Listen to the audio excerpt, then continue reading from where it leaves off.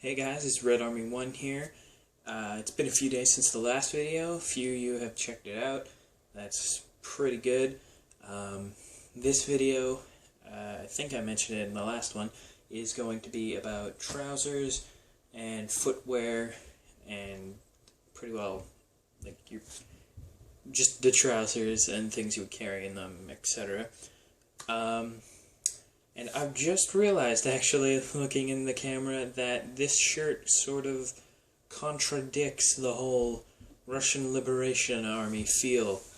But we're gonna roll with it. The video after this will be an update on stuff that I've gotten, and then there'll be an update on the tunic that I have. My M36 I showed in 2 or 3 previous videos ago. I've adorned that with its medals, its proper insignias, and things like that, etc.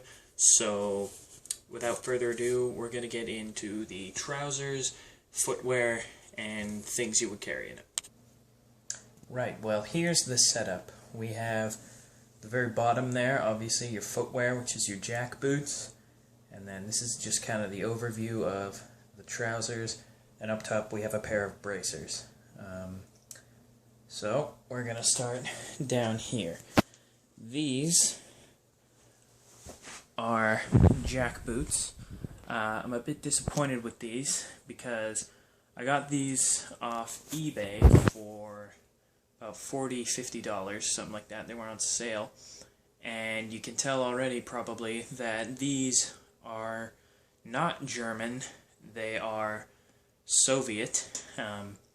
Because they have that little slight curve there at the top, and no wooden sole, no hobnails, heel plate, toe plate, nothing like that. So, and the stitching as well.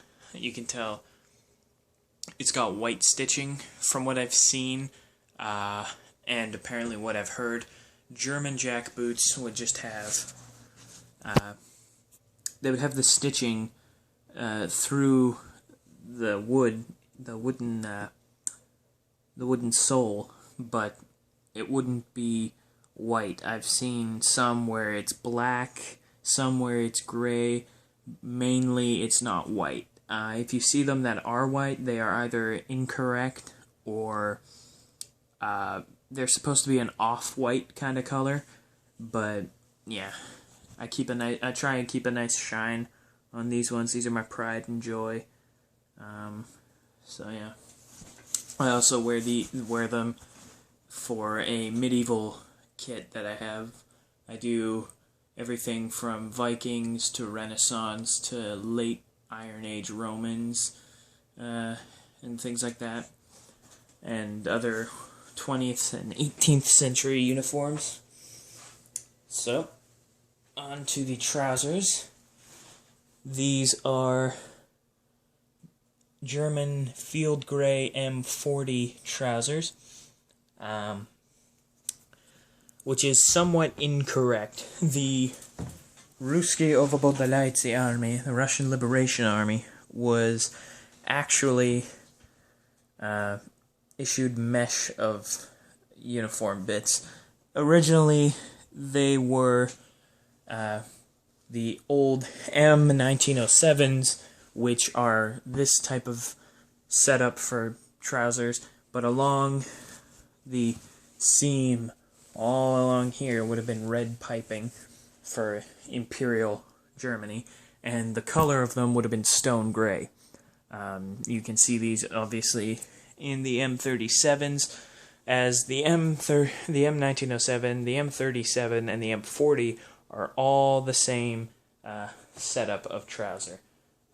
Which is being the front, where the buttons are, rests just below the belly button, whereas the back, you see this sort of, I don't know, V shape higher up. Whereas the M43s were actually just below the belly button, and they had the belt loops here, but you unbutton those, and at the back especially, and they folded up to this height, so you could attach a suspender to the top, and you'd still be able to use your suspenders. just a real quick fact about the Russian Liberation Army uniforms. As I said, they would originally have the 1907 trouser with the red piping. I love the Russian Liberation Army because they're very interesting uniform-wise, because they're a bunch of, well, mainly, they're a bunch of former Red Army soldiers. So they have their Red Army uniforms, and you can actually Google, as I had to do, early Russian Liberation Army uniforms or something like that, and they literally take the M35 collared gymnastrika and the breeches, dye them gray, or bleach them or dye them gray or something like that, throw it on them and go, okay, there's your uniform. And then with others, they leave the uniform exactly the same, with specifically, I believe, the NKVD units. They leave their whole Soviet uniform the exact same. The only difference, only one difference, is the type of medals you would have and that sort of thing, and the cockade on the Palotka side cap would be the old white Imperial Russian Army symbol painted red, white, and blue. So that's interesting. So back to the trousers. They have, I believe it's a 6-button front. 1, 2, 3, 4, 5, 6. Yeah, 6. The M37s, I believe, also would have had 6, but I've seen some where there's 5, and they get rid of this button, and so it's just the 1 poking up from up top. And then the M1907s would have been the exact same, as I said, stone gray, red piping, but the buttons would have been, I believe it's 5. 1, 2, 3, 4, and then 5 up top. On the front, they have these slash pockets, which for some reason I have change in, which is awesome. 20 cents. But yeah, they have the slit pockets, which are both fastened by the little buttons right there. On either side, you button it up. And then on this side, we have here, you'll notice, a pocket watch chain and pocket watch loop and pocket. The M43s also had a pocket watch pocket, but from what I've seen, especially on the M44 style P-dot SS trousers, they don't use that pocket for pocket watches. They use it for like medical bandages and ammo and stuff like that.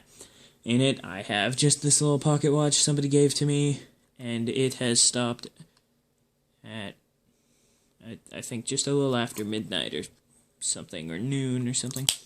So that's cool. And then we have the bracers, which these ones are post-war. The German-style ones are would still be this sort of they'd be an olive green on the outside, white on the inside, and these little green leather bits here would actually be sort of a tan khaki canvas color. So yeah, these ones are 50s West German. I think it's Bohlen wire or Bowen wire or something like that. BDUs. But they still work nicely, and they're fastened by this little triangle bit right there. If I flip it on the back, you'll notice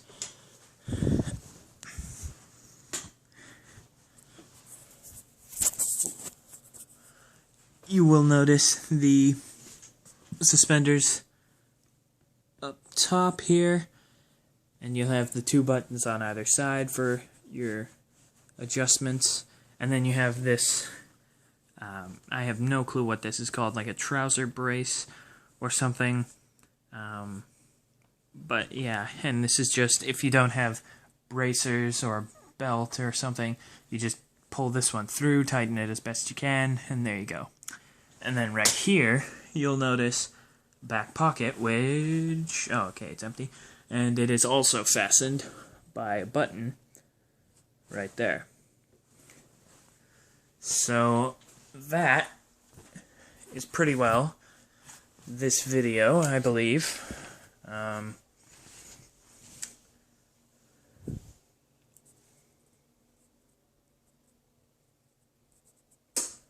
So yeah.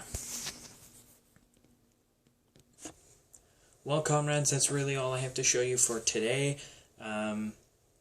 The next video, I'm just trying to think, would be the update, as I said, of my M36. That'll probably be looking like it'll be done tomorrow, so we'll get that done, or at least I'll try to, if everything works out. Oh, another thing about trousers for the Russian Liberation Army.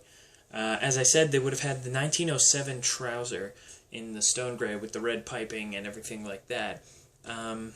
They also, as another sort of headgear item, which I have on the way, and you'll see it in a later video in the next 2-3 weeks or so, they would have had the M36 or M40 side cap with the cockade of the old Imperial Russian army on it, painted their colors. This video was just going to be kind of for today, to give you guys a video, but there was another YouTuber I talked to. His name is the British WW2 Man. If you can, search him up, see his videos. He's got a lot of good ones out there of World War II German, World War I British, World War II British, paratroopers, bunch of things like that, equipment, conversions, all that kind of stuff. You can go check him out. He's got some good stuff out there. I talked to him because he was asking questions about, like the ROA and the Русские Освободительные Army and that sort of thing. So I'll have another video about talking about the cap insignias and sleeve shields and things like that, probably around some later time this week. I'm thinking Friday or so. But yeah, that's all I have to show you for today, comrades. So until next time, Red Army 1, signing off.